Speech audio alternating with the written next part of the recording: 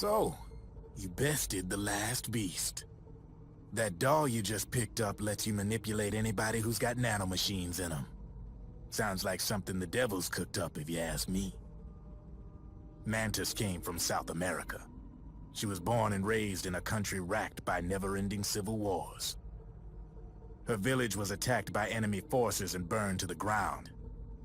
This was when she was still a little girl. Hunted by enemy death squads, she was separated from her family.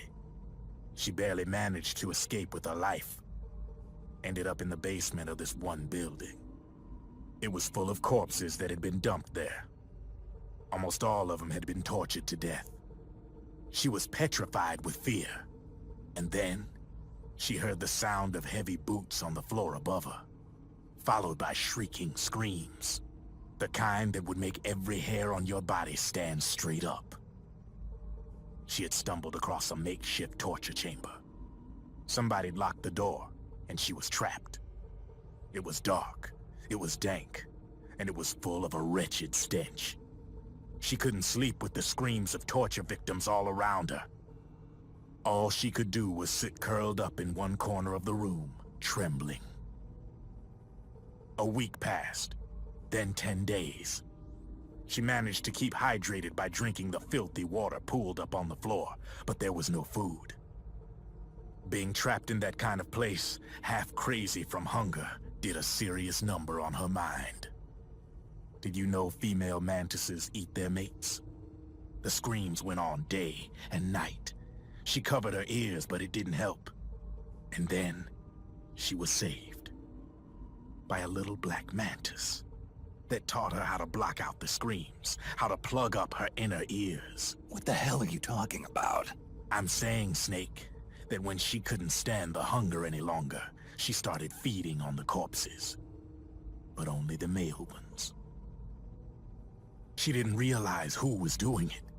In her mind, it was a female mantis devouring her mates. It was like one big twisted waking dream. There was no mantis, of course. It was all a hallucination. Nothing more than some story spun by another person she'd created inside. Her unstable mind was what made her so vulnerable. Later, they ripped out what was left of her psyche with drugs and hypnosis, and implanted the persona of Psycho Mantis. It wasn't her will that controlled the B&Bs. It was Psycho Mantis, half assimilated into her soul, pulling the strings. Screaming Mantis was just another puppet. Anyway, she survived several weeks down in that hellhole and finally got back to the surface. But the screams in her head didn't subside. They would always be with her. Only this time, they weren't real. The inner earplugs didn't work anymore. The black mantis had disappeared. There was no place left to escape. Which is why she was always screaming, to drown out the ones in her own head. But it's over now. You freed Mantis from that dark nightmare. The last of them beasts. You got it, pal. Well, I'm done playing storyteller for a while. Now get going. GW's waiting. And this time, you get to make up the ending.